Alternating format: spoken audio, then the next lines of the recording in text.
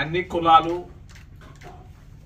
అన్ని మతాలు, అన్ని ప్రాంతాలు, అన్ని భాషలు కలిగినటువంటి సమైక్యమైనటువంటి దేశం భారతదేశం.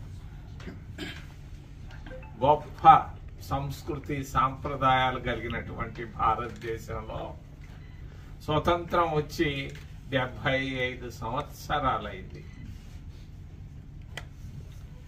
నిన్న రాజమండ్రిలో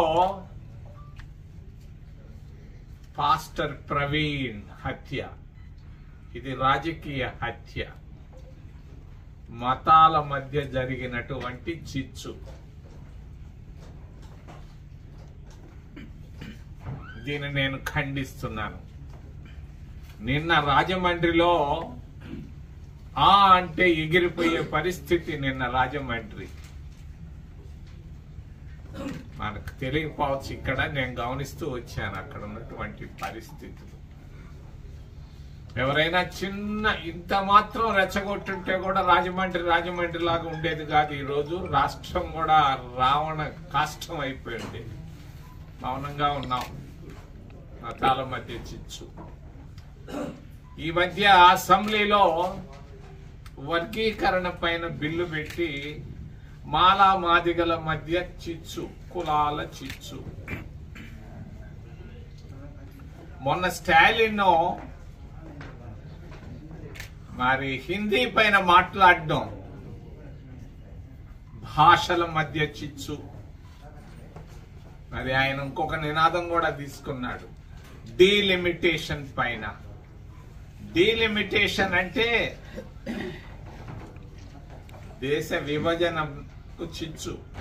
ఉత్తర భారతదేశం, దక్షిణ భారతదేశం స్పష్టంగా మాటల్లో అక్కడ బాగా బయట వచ్చాయి. ఇది ఈ రోజు ఉన్నటువంటి దేశ పరిస్థితి.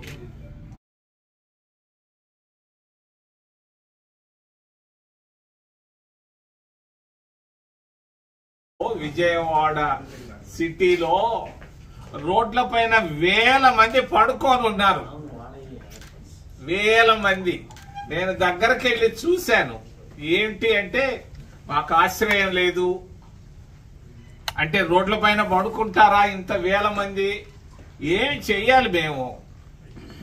ఇది దేశంలో ఉన్నటువంటి పేదరికం. వేల మంది రోడ్ల పైన పడుకుంటున్నారు.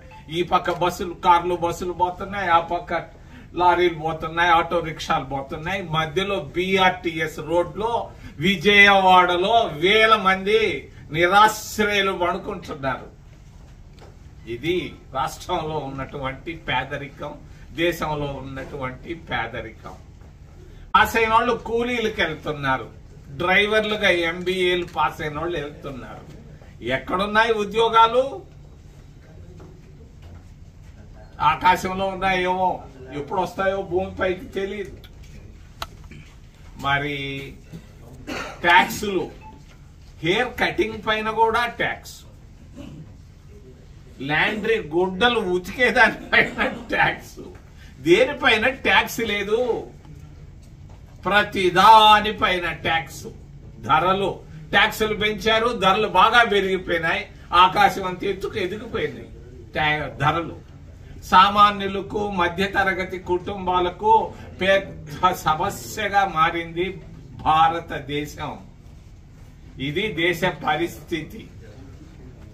రెండవది అవినీతి. ఏమి చెప్పాల్సిన పనే లేదు. ఢిల్లీలో ఒక జడ్జి గారి ఇంట్లో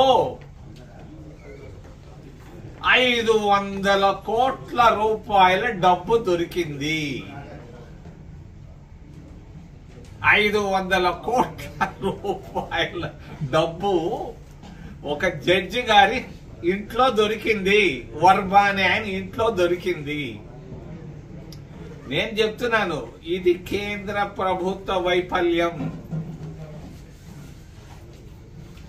ఒక జడ్జి గారి ఇంటికి పోవాలంటే మంచినీళ్లు బాటిల్ ఎత్తుకొని పోవాలన్నా కూడా అక్కడ ఉన్నటువంటి సెక్యూరిటీ గార్డులు చెక్ చేస్తారు ఎవరినైనా కూడా. మరి 500 కోట్ల రూపాయలు అక్కడికి చేరిందనంటే ఒక్క రోజులో చేరింది కాదు. ఇది ఆ వర్మే చెప్పాడు, ఇది నా డబ్బు కాదు అని. ఇంకెవరి డబ్బు? 500 కోట్లు. ఒక హైకోర్టు జడ్జికి అంత డబ్బు ఎక్కడి నుంచి వస్తుంది? సుప్రీంకోర్టులో అడ్వకేట్లు అందరూ చెప్పుకుంటున్నారు, సుప్రీంకోర్టులో జడ్జీలు కూడా చెప్పుకుంటున్నారు, మాజీ జడ్జీలు కూడా. ఆ 500 కోట్ల రూపాయల డబ్బు ఒక మాజీ సుప్రీంకోర్టు చీఫ్ జస్టిస్ అని చెప్పుకుంటున్నారు. ఆయనది కాదు, వాడు వర్మే చెప్పేసాడు నాది కాదు అని.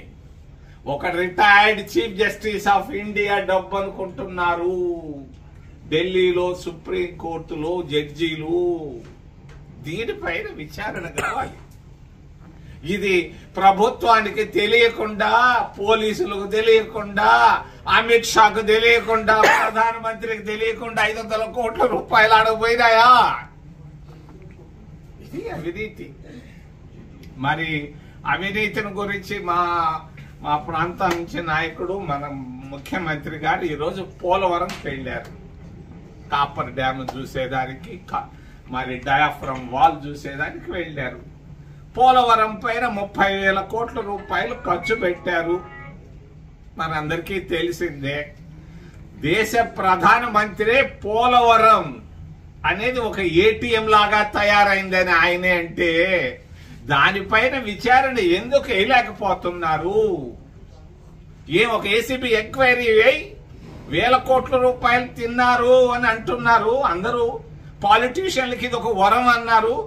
నేను అడుగుతున్నాను రాష్ట్ర ముఖ్యమంత్రి గారిని, వినయంతో అడుగుతున్నాను, దీనిపైన ఒక ఏసీబీ ఎంక్వైరీ నీ చేతుల్లో ఉంది. ఆ పాప చిలకలూరుపేట మాజీ ఎమ్మెల్యే రజని, విడుదల రజని 1 కోటి రూపాయలు తిన్నదని ఆ అమ్మాయి పైన మీరు ఏసీబీ ఎంక్వైరీ చేస్తే, ఒక చిన్న అమాయకురాలు, ఒక బీసీ మహిళ పైన మీరు ఏసీబీ ఎంక్వైరీ చేస్తే, పోలవరం ప్రాజెక్టు పైన 1,000 కోట్ల రూపాయలు తిన్నారని ఆంధ్రప్రదేశ్ రాష్ట్రం అంతా అనుకుంటా ఉంటే, దానిపైన ఎందుకు ఏసీబీ ఎంక్వైరీ చేయకూడదు?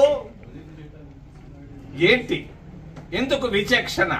ఒక బీసీ మహిళ పైన, అమ్మాయి ఎవరో కూడా తెలియదు, నాకు చూడలేదు, టీవీలో చూశారు, అయ్యో అనిపించింది. పోలవరంలో ఒక రకమైనటువంటి ఆలోచన, మరి చిలకలూరుపేట మాజీ ఎమ్మెల్యే పైన ఇంకొక రకమైన ఆలోచన. పట్టుకోవా, తిమింగళాలు ఉన్నాయి, వాటిని పట్టుకోవా, చిన్న కుందేళ్ళని ఎందుకు పట్టుకుంటావు? ఆపేయి, ఆమె పైన వద్దు, చేస్తే చేయండి. ఎవరు తింటో లేదు, ఒక్కరి పేరు చెప్పు. వాయులాల్ గోపాలకృష్ణ తెలియలేదు అందరూ అనుకుంటున్నారు, కాకా వెంకటరత్నం తెలియలేదు అనుకుంటున్నారు, ఎన్జీ రంగా తెలియలేదు. ఏది ఆ పాపం ఒక మహిళ పైన వద్దు, సమంజసం కాదు.